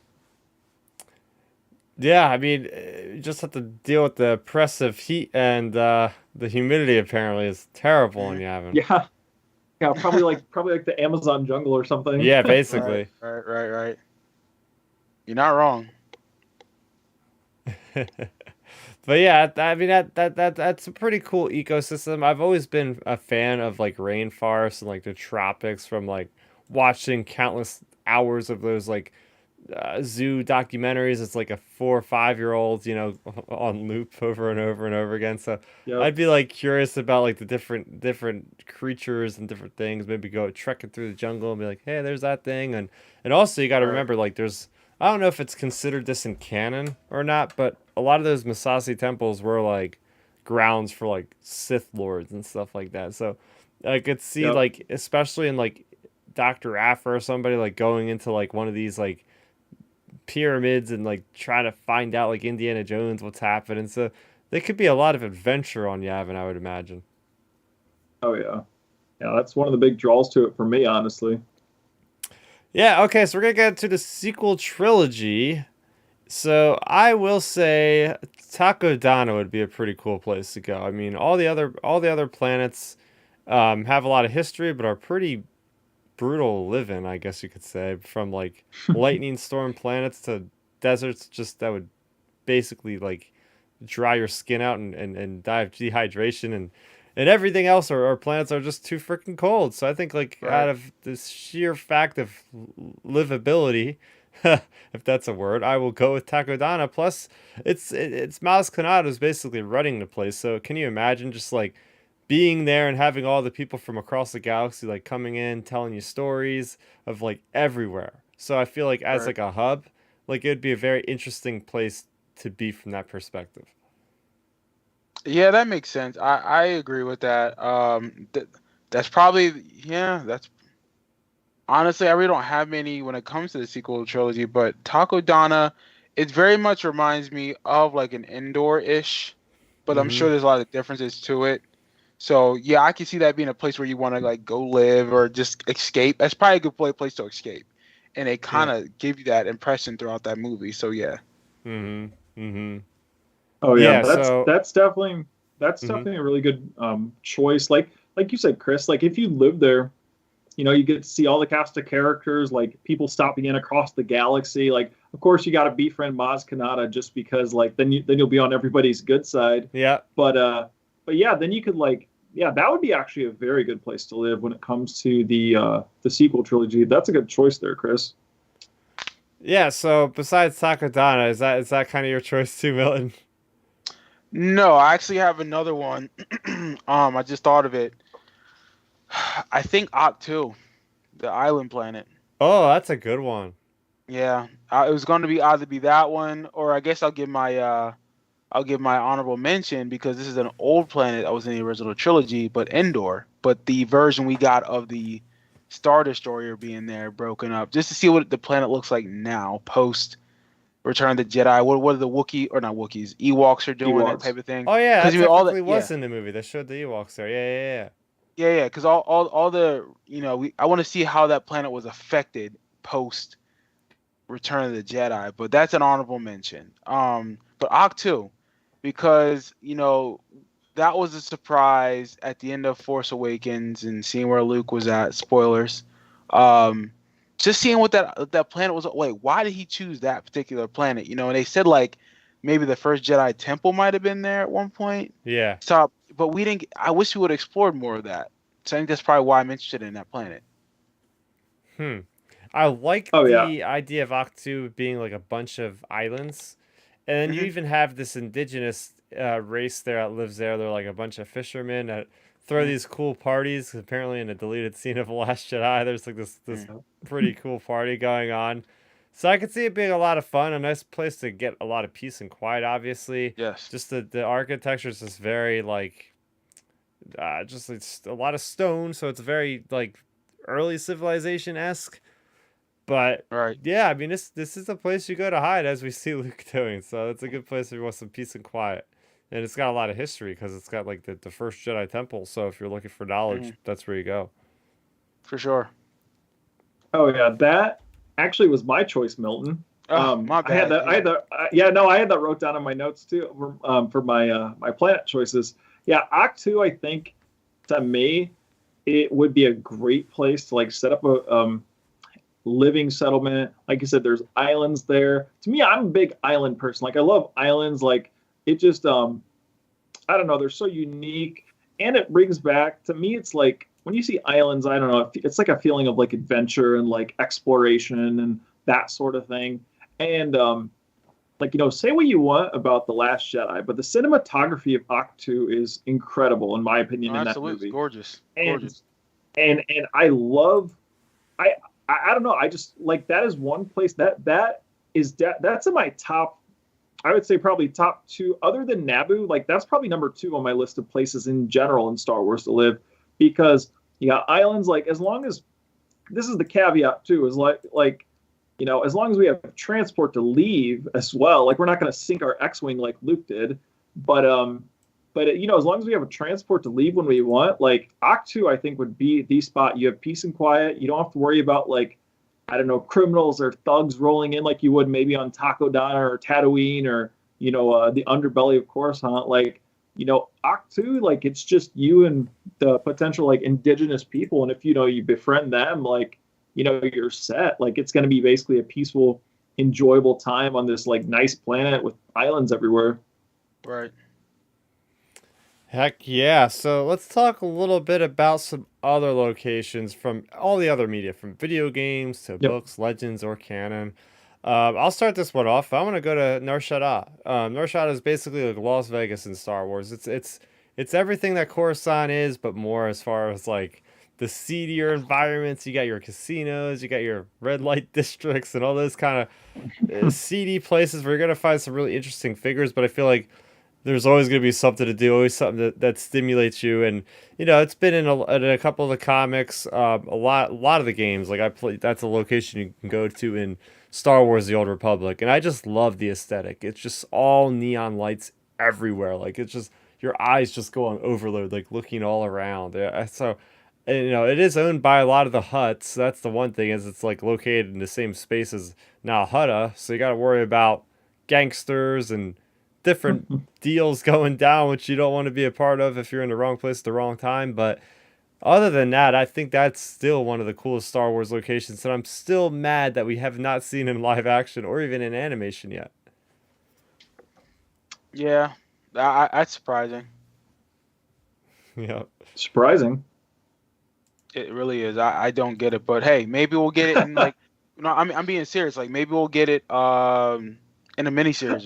I misunderstood you. I thought you were responding to Chris, like saying that's surprising of a choice. No, not you, Chris. My bad. I was like, okay. No. I'm surprised. Like I'm surprised that we haven't seen it like that. Like I agree with you. Yeah.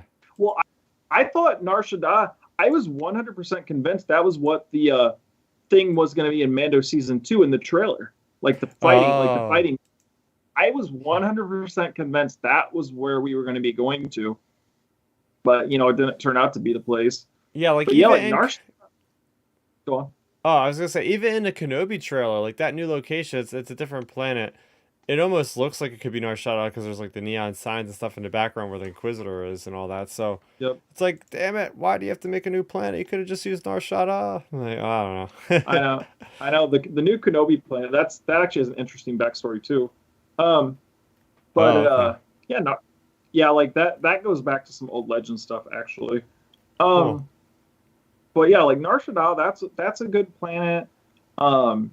It's a good, interesting planet. I feel like, you know, we've talked about it before when you were talking Mando and Boba and all them.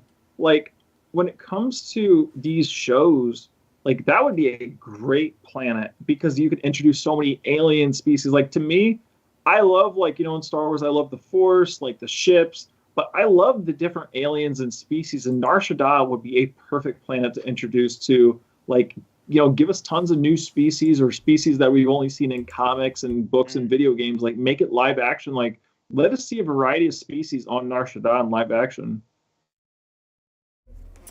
Yeah, so we'll throw it over to Milton for one last time. Picking anything from the books, comics, video games that we haven't seen on live action. What do you think? Or even like you pick Rogue One, whatever, I got two Solo. of them, and these are from animation. I want these in live action so bad. The one we can't because, well, we kind of got it in live action because they showed a flashback of it. Mandalore would have been one. Not Korban. Is it called Korban now or Morband? Morband. It's Morband, but it's also been retconned to be the same place. They just changed the name. Yeah. It's the same place. Yeah, Morband. And what was the other one? Morband, Mandalore. Those are two. I had a third one, but I wanted to see those in live action so bad. Like, I think those planets are dope. Especially how they did it in Clone Wars for Mandalore, man. It looks so good. It's such a dope planet. I want to see more of that. I think I fell in love with the way it looked. And how it played such a significant role in the Clone Wars finale. Oh, so yeah. we need that. We need that in live action. I mean, I think that's incoming. I think we're getting it. I think we're going to get it Mando season 3. Honestly. But that's the thing, though. Didn't they show a flashback? I think in Boba or Mando season 2 of Mandalore being blown up by the Empire. It's blown up, but I don't think it's completely destroyed because they make an assumption oh, he's going to go there and get that thing. Even if he has to go through the center of the planet somehow. Okay. Yeah. Yeah, So, I feel like it's more like orbital strike destroying the city type deal. Blasting the planet all to pieces. Because here's the thing with Mandalore, that planet was already basically completely destroyed. Everything on the outside of that bubble was uninhabitable land. You couldn't live outside the bubble. So they basically, it seemed like they just did a laser strike with the TIE bombers just on that dome. And everything in there is so now the planet's basically completely done. Gotcha. Yeah, no, good choices. Good choices. Yeah, Morband, Korriban. Again, it's another great planet for a character like Dr. Aphra to go. Maybe we'll get a future story with her in there. She going around discovering the secrets of the Naga Sato and all those other guys as this ancient Sith lords. Yeah, great picks. Yeah, I mean to wrap or to throw my point in, or my final planet choice, I guess I would say, would be coming from Clone Wars. I 100% like to the top of the list in my opinion for planets. I think for me personally, sure, Mandalore is great. I think we're gonna see that, but for me specifically, I want Mortis so bad. I forgot about that one. I would love to see some type of give us this is getting super greedy now, but give us a flashback in the Ahsoka show of Anakin flashing back to his time on Mortis, with that whole thing or something. I don't know, I just would love to see Mortis in live action, the incredible looks of the Mortis gods, how they would look in real life. All that sort of stuff I think would just be incredible. And that could be where they give us the fan service. People don't want to some people dog on some of the over the top fan service, but that's where you can give us the Star Killer level Force usage, Anakin destroying a big mountain or something, you could have over the top Force scenes in Mortis. If we would go to that planet, that would be incredible in my opinion. And it would be nice because I'm a big Force guy. When it comes to Star Wars, I think the Force is the top, I've used the analogy before, it's the Big Mac at McDonald's. It is the sandwich. And to me, Mortis would be the pinnacle of that, to really slam home the Force point, really bring it to live action. I think it would be incredible to see it in live action. Yeah, I mean that's the thing, right? Is we're gonna have a Ahsoka series, which it looks like it's going to be very spiritual. And I'm only looking at that simply because of the title card. Looks like very world between worlds. And if they're going to do that, then they're probably going to have to talk about Mortis, although they didn't really talk about it a lot in Rebels, if any. But I mean, if you got Hayden Christensen, would it be that much harder to get Ewan McGregor for a day on the set and just have like at least like a 5-minute like flashback to all of them? That'd be nuts. That'd be really, really cool. But I mean, Mortis would be one of those planets that again would stand out, like Felucia, because it's so otherworldly. It's not like anything that we have on our planet, so it would definitely stick out. But yeah, I mean that sounds pretty good. Any thoughts on those, Milton?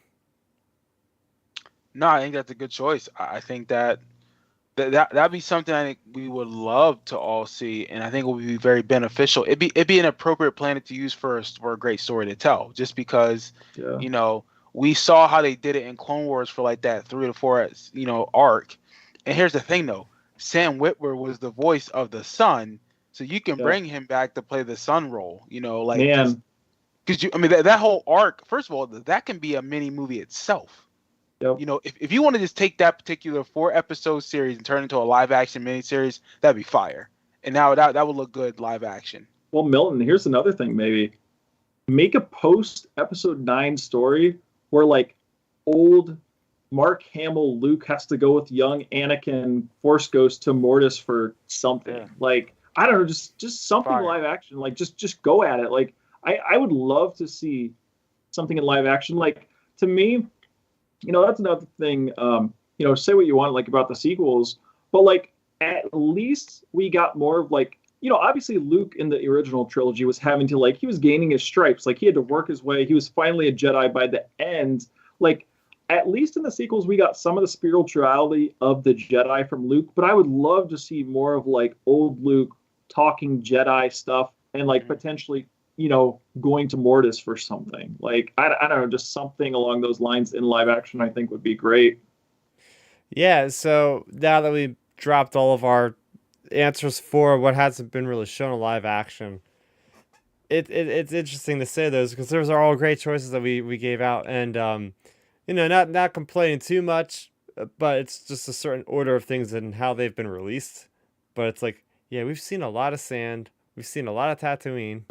We're going to see even more Tatooine in next month. So it's like, okay, I think it's time to take a break from some of these planets we've visited 3-4 times now. And let's start bringing in some of the old canon and other things because that'll get a lot of people hyped up. Because that's one thing, right? It's like, there's always that caveat of like Obi-Wan Kenobi. It's like, oh, we were just on Tatooine for like 7 episodes of Boba Fett, and we got to go back there for literally the next series of episodes. So it's just timing wise, it's that's how it worked out. But yeah, I don't think we'll be on there very long. I really don't. Okay, all right. Personally, yeah. So we do have one news story to transition to for this week. This is also going to be another story that ties into Celebration. So this comes to us from Cinelinx. And they are claiming that they've heard sources and reports that we are getting a Star Wars Visions Season 2. And not only that, it could come out as early as this year, with the first footage maybe even being shown as early as in a couple weeks of Star Wars Celebration. So that's pretty big on a number of fronts there. Just how quickly something can get announced and just be out within like a couple months is not something that Lucasfilm usually does, but I understand that now Lucasfilm has had a lot of projects that they've talked about that weren't coming out for like 3 or 4 years, and then a lot of them get canned. So, maybe with this Grammar Rodeo thing that we keep hearing about, they haven't announced it yet, but maybe they'll announce it, be like, that's out next year. So it seems like they might be tightening in that, but I'll throw it over to Milton. Like, what is your reaction on getting Star Wars Vision Season 2? Because it's been very calm. I haven't really heard any chatter about that series Season 1, at least since like the month it came out. Right. Not surprised because it was successful. I think when we did our reviews, I think our post Visions reviews, I think we all predicted we wouldn't be surprised if we got a Season 2 of this because it was very successful and it was a different take on Star Wars.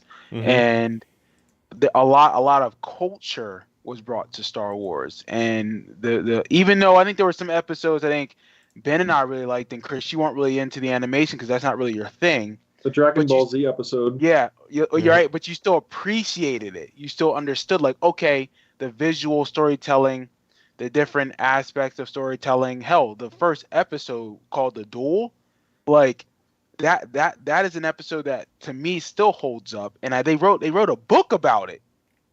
So Mm-hmm. right there, it tells you this property or this particular medium was successful because they wrote a book and people was and it wasn't just for the American audience of Star Wars. It's for an international audience for Star Wars. You bring in these international studios to create a property that's very much an American thing. And it's like, wait a minute, you get us on board with this too? Like, come Mm-hmm. on. And there's a lot of fans out there who love anime. So it was a perfect blend of the two to come together, and I'm not surprised. So if they want to bring back a season two, by all means, I'm fine with it. I still go back and watch the Twins episodes sometimes, which is probably my favorite one. I love the little droid one, that kid who looked like Mega Man. I love that Yeah. episode. Love that COB1. episode. Yeah, and then I love the duel. Like, I mean, that show wasn't bad. I mean, it was very much. It had a lot of heart to it. Really, Yeah. I think we probably can all agree it had a lot of heart to a lot of those episodes. So not shocking. Bring it back for another two or season two. I'll watch it. Yeah, people Oh. just really liked the variety, right? Yeah, And it like you felt like said, Star Miller, Wars. yeah, it felt like they captured the core values of Star Wars and put it Yes. through the lens of creators that we normally don't get to see dealing with Star Wars, which is Mhm. which is great. Ben? Yeah, I mean, I completely agree with both of you guys. I think we discussed it when we went over Visions when it came out. Like my big thing with that show, it's of course, we were saying it almost from day one. Like this is most likely going to get a second season. It's so good, and it I feel like the show, we touched on it when we reviewed the show, but like it really felt like Star Wars. It hits the Star Wars notes we needed. Like it was all new, obviously, but it hit the notes we needed. And to me, it felt like, we see all the social media drama with Star Wars live action these days. Like all it is, there's so much live action drama stuff, like in terms of like, fans fighting and that sort of thing, like, about this or that or the other thing. But with Visions, it was so nice because you could tell, like, they didn't listen to the fans. They didn't, bend to the fans' will of like, oh, let's just make a canned, like, thing about the sequels or thing about the original trilogy. They just made their own story. And like that's what George Lucas was doing from the start of Star Wars was, hey, I'm gonna make my story and you're gonna like it or you're not gonna like it, and it's gonna be original though. Like look what he did with the prequels. Like people were destroying those movies and he just kept pushing through and, kept on going. And like that's what Visions does. Like Visions is so well received, but they're making stories that are just purely original stories versus like just doing a stereotypical thing of like, they could have easily set something up to play off like the themes and arcs that happen in the sequel trilogy or the way things were structured, that were potentially divisive. They could have easily incorporated that into this show just to play to that audience that argues, and they didn't. Like they made it just an original project, and I love that because it's like finally Star Wars is getting back to the base of things. Like forget all this social media crap. Like just make good stories. That's all we want. I feel like that's all we've talked about on this podcast. Like in general, when we talk about rumored movies or rumored shows, or when we're critiquing like even bad episodes of Mando or bad episodes of Boba or bad episodes of Clone Wars and stuff. Like when we're critiquing those things, we're not critiquing them for whatever off the field stuff. We're critiquing for bad stories. And like Visions, almost every Visions episode was a really good story. And like that's why it was so well received, and I'm so excited for season 2. Yeah. Yeah, And that's the thing. It's go ahead. storytelling. And Chris, go ahead. I'm sorry to interrupt. No, I was just saying the thing is, with Visions is I'm happy it got a second season because I was kind of worried. I'll be honest, like because we knew going in like that first week, like it's everybody's talking about it, but I don't know how much Visions captured the mainstream. Like all the Star Wars fans, we're gonna watch everything Star Wars got put out. Yep. But I wasn't sure like the average Disney Plus, user, are they gonna go and watch that if it's not Mandalorian related? So apparently it must have been well enough good for them to actually do a second season, if this rumor is to be believed, and Cinelinx is a good credibility when it comes to Star Wars reports and breaking rumors and stuff like that. So I don't want to deny them any kind of credence either. But I'm just happy that apparently enough people watch it, because I was a little bit apprehensive, after once October rolled around. I wasn't really hearing people even in our community talking about it a whole lot. Like, even to this day, like, I don't see people just like randomly talking about Visions. Like, I still see people talking about, like, just a minute ago, oh, Rebels is the best Star Wars thing. People talk about Rebels, Clone Wars, but where's the love for Visions? So I'm happy that this is gonna hopefully get another chance too. I think the answer to that question, though, Chris, is we got to think about it this way. Rebels was released weekly. Bad Batch released weekly. Clone Wars weekly. Mando, Boba weekly. These type of things were built-in weekly shows that, basically, as you and me know, Milton, and like several other fans of shows, like when you're watching Arrow with fans for say 6 months straight or 8 months straight, for the entire 24 episode run, like even if we wouldn't have met through this podcast and I just ran into you over Twitter, like you and me have a bond as an Arrow fan watching it for 6 months straight together. When it comes to Visions, though, it's just like Stranger Things. The problem with Stranger Things, like, don't get me wrong, I think the show's fine. I like it. I'm at a point I'm like, hey, I'm just going to finish it out when the new seasons and stuff come out. But the problem with Stranger Things is they drop the full season, everybody talks about it for a day, and you don't hear about it until the next season comes out, because I feel like that's the problem with Visions. Given, you'd have to create longer episodes than like 10 or 12-minute episodes or whatever. But if they would create half-hour episodes and release them weekly over a 12-week span, then it would be talked about a lot more, because people have that like bonding experience talking about it over social media, like, oh, it's Star Wars Visions Day versus, oh, it's binge Star Wars Visions Day, like Stranger Things. Yeah. So, I mean, we'll see. I mean, what are you guys looking forward to from Star Wars Visions? I know I'm looking for the continuation of The Ninth Jedi, because that was one of the first creators in those shorts that came out and said, hey, we have ideas for a continuation, and the way it leaves off, it was definitely, like, I think I could still say it's like my favorite one. It was the longest one, but it was the most comprehensive of world building. So much. Is that the one with the sister? No. Which one's that one again? Is that the one that was the last episode, wasn't it? Ochi and Lopi. No. Yeah. The Ninth Jedi. The Ninth Jedi is like halfway through. It's like episode 5 or 6 if you're going. I need to rewatch it. It's the one, Milton, where you find out, you get the twist that all the people that are like in the cave with the main character are Sith users. Like they're all Darth Jedi. Yeah. Because the lightsaber, they called him in and said, hey, we're going to build you lightsabers or something. And then it's red. Yeah. Yes. Okay. Yeah, that's a good one. Because I'm thinking of the last episode where something happens where someone gets killed, but they want them getting away or something. I can't remember. I need to go back and rewatch them. I want them to continue the one, like you said, the Ninth Jedi, whatever it is. I want to hear about the robot and what he did after he left the planet, because he was going to like take the information that he learned from his master and spread the knowledge. I like that one. The one with the two sisters, remember? Lachinopi or whatever. Yeah, I want, dude. Everyone's good, dude, and obviously the twins. The twins one, like, by far is my favorite. Because I want to see how the twins play out. Yeah, like that one's good. But no, if they want to expand upon the stories that were left open and then add new stories, I'm fine with it. Yeah, I mean, we have in the chat here, Erin Daly has given us, she must have experience with different kind of animation studios. She's saying she would like to see studios such as Studio Ghibli, Toho Animation, and Kyoto Animation.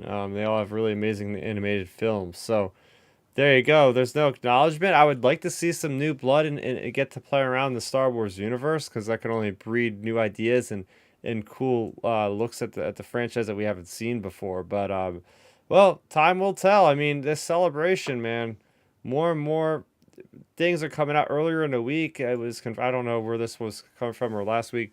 Tales of the Jedi is going to be officially announced there, supposedly. And we've seen that cover art of like whatever the record player gift the Lucasfilm employees that came out like months ago. There's Tales of the Jedi logo on there. It's like, wait, what's that? So that could be announced. Like maybe they have an entire animation panel at this point because it's besides Bad Batch, like there's all these other animated projects that might get announced or talked about. So Yeah, I mean, who knows? What if like we don't even know anything about that Tales of the Jedi? Like for all we know, that could be a live action series. Like it could who be. knows? Yeah, I mean, when you talk about a show title like Tales, like I automatically think of more of an anthology like Clone Wars, where Yeah, it's like, hey, they have like 3 episodes in the High Republic, or they have 3 episodes post Return of the Jedi, or 3 episodes post The Rise of Skywalker, or maybe 3 episodes in the Old Republic. Like, I could see that being more of a, and that would lend itself more to like animation because it would be a yeah. hassle to like make that many sets. Like they could not saying they're Lucasfilm, they could do anything, but I could just see that being easier to be done in animation. But who knows? Oh, for sure. Like I was actually talking about this show with my cousin literally just like 4 hours ago when we were visiting our grandma. Like, um, maybe the show, yeah, we were talking about it and he came up with that idea. Like he was like, maybe say if there's 12 episodes, you'll have 4 3 episode arcs, like Clone Wars style, 4 3 episode arcs of random Jedi, like whoever it may be. Who knows? Maybe like young Qui-Gon, young, Mm. High Republic Jedi, young whoever. Like characters we know and make it like that. Or who knows, do an arc. If you're gonna do like Tales, like say it is animation, do a young Dooku series, like 3 episodes of Dooku when he was with the Ooh. Jedi. Like that would be fun. Yeah, I love that audio drama written by Kevin Scott called Dooku Jedi Lost. If you haven't listened to it, I know you guys are big audiobook fans. You should listen to that one. It's great. Um, But yeah, I mean, just to kind of wrap things up, so there's a lot on the horizon. I'm happy that we might even have another thing to talk about coming out of Celebration on top of the deluge of stuff we're already getting rumors for. Um, but yeah, another show is in the book for us for Milton and Ben and I getting to talk in a good old lengthy discussion about some of the things that make Star Wars what it is, and that's one of the things up there is with the planets. So. Stay tuned. We're going to have plenty more discussions on that. We'd love to have your feedback. So if you're watching after the fact, go in the comments. Send us your feedback. What are some of your favorite planets in Star Wars and why? So what are you guys going to be chatting about on Twitter this week? And where can they find you? I know for me, probably not much, except for probably just some Star Wars and sports stuff. I know, like right now is a slow time with sports. Let's be real here. Now I know baseball just started. I'm not really a baseball head, but I do pay attention to it. But like I said, I'll probably retweet some like funny sports memes or stuff about football or excuse me, baseball, and hockey. I guess is going on as well. But I'll probably do some Star Wars stuff here or there. You can find me on Twitter at Milton Weber 7. Again, that's Milton Weber, the number 7. And a quick shout out to Dark Nerdy Gonzo because he actually just followed me on Instagram. So yeah, that's what's up. Appreciate it. Thank you. Other than that, though, you guys have a good, safe holiday, Easter weekend. Enjoy your time with your families. Oh yeah, Dark Narragansett. He linked me in one of these things where he's always going toy shopping, man, and he Yeah, stops I by in our saw that on his chat. thing. And he has some Yeah. pretty cool figures. I think he actually picked up like an original like Outrider, and I was so jealous. I was like, I feel like going and digging mine out and putting it on the shelf because man, oh man, I love that ship. So there you go. Follow him at Milton Weber 7. What about you, Ben? Yeah, I mean, like you said, Milton, it's a slow season for sports. It's a slow season when the NFL's not on. Basically, is what it Facts. is. That's basically what it is for me. So, like, cause I really don't have a big interest in the NBA, especially because my Cavs just got eliminated. Yeah. But yeah, I mean, this weekend's gonna be pretty easy, pretty chill. We have our family Easter on my mom's side tomorrow, and then family Easter on my dad's side Sunday. So it's gonna be a fun day. Continuing just to grind away at fitness, down like another pound this week. So we're getting there. But yeah, it's just going to be a pretty chill weekend. Probably, take it a little easier on workouts on Saturday, Sunday, just because it's like the holidays, and just kind of taking it easy. I'll still do some cardio on Saturday and Sunday, but yeah, it's going to be pretty chill. But yeah, you can find me at Real Ben Maynard on Twitter. I'm always there to talk fitness, Star Wars, and pretty much everything in between. There you go. And for me, it should be a pretty quiet week here for me as well. Of course, we're all saying Easter. I'm looking forward to the time off with the family. But stay on the lookout. I'm going to try to figure out how I can show you guys some more Lego Star Wars and what format that will be in. I'm not quite certain yet, and but I will let you know for sure when I have some content out there for you guys to consume, because I do have my video review. So make sure you go and check that out. And see if you like the game. And I did have some footage playing earlier in this video, so if you're listening again, you go back and watch. We played through a lot of episode 2 on this episode itself. So fun stuff there. So for Ben, for Milton, for Chris, aka Starrapter, that's going to do it for us on Outer Rim Transmission. This was episode number 54. Have a good one, and transmission. There we go.